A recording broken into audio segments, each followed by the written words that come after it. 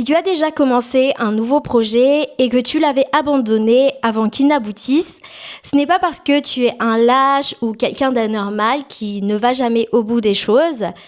C'est juste qu'il y a 3 choses que tu dois vraiment comprendre afin que tu puisses réussir tout ce que tu fais, et je vais t'expliquer dans cette vidéo comment cela fonctionne. Chaque fois que nous commençons quelque chose de nouveau, nous passons par 3 grandes phases. La lune de miel, le creux et la routine. Et une fois que tu auras compris ces 3 phases, tu reconnaîtras un schéma dans tout ce que tu as abandonné. Donc, on va regarder premièrement la phase 1, la phase de la lune de miel. C'est quand tout est excitant. Les premières fois que tu te lances dans ton projet, ta motivation, elle est très élevée parce que ton cerveau produit beaucoup de dopamine. Alors, la dopamine, c'est quoi ? On entend toujours dire dans les réseaux sociaux que c'est l'hormone ou une molécule de plaisir. Mais les neuroscientifiques la décrivent plutôt comme la molécule du désir. Par exemple, tu sens l'odeur d'une pizza ou tu vois une notification sur ton téléphone et ton cerveau libère un pic de dopamine.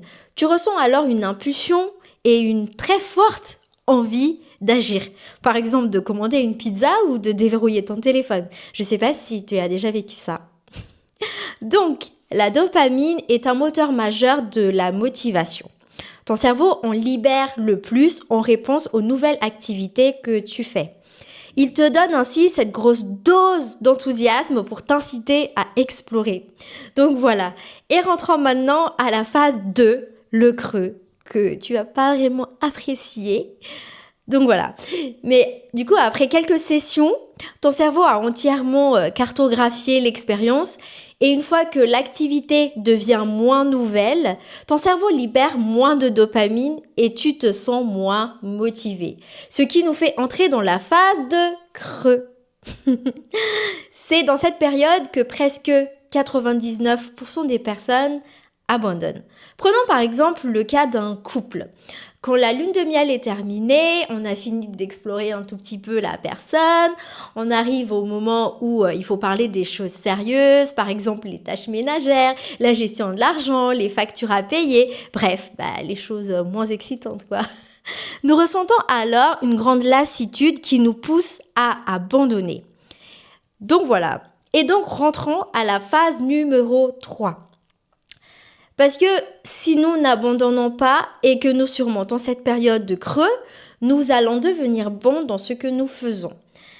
Chaque personne qui est devenue forte dans quelque chose a surmonté ce même creux dans lequel tu te trouves en ce moment.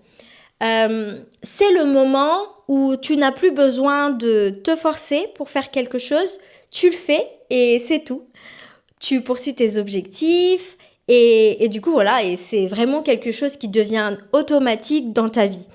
L'auteur Seth Godin explique que le creux, ce n'est pas un problème si tu passes à cette période de creux, c'est un filtre. En fait, il filtre les personnes qui ne sont pas prêtes à traverser la difficulté et garde celles qui sont prêtes à pousser. Alors, la question qui se pose en ce moment, je pense que comment du coup faire face à ce creux ? Donc premièrement, mauvaise nouvelle, tu ne peux pas empêcher ce creux d'arriver, mais la bonne nouvelle, c'est que tu peux le surmonter en 3 étapes.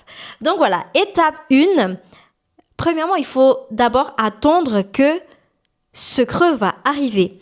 Avant de commencer, dis-toi que l'excitation va disparaître et ce n'est pas une raison pour abandonner, mais le signe que les choses deviennent un peu plus sérieuses.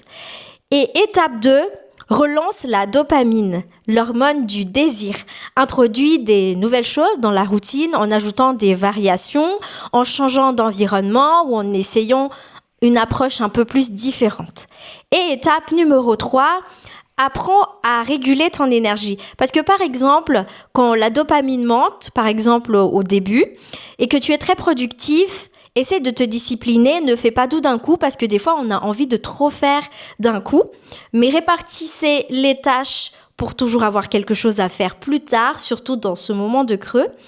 Donc voilà, donc j'espère que tu as appris quelque chose dans cette vidéo et je te dis à la prochaine pour une nouvelle vidéo. Bye!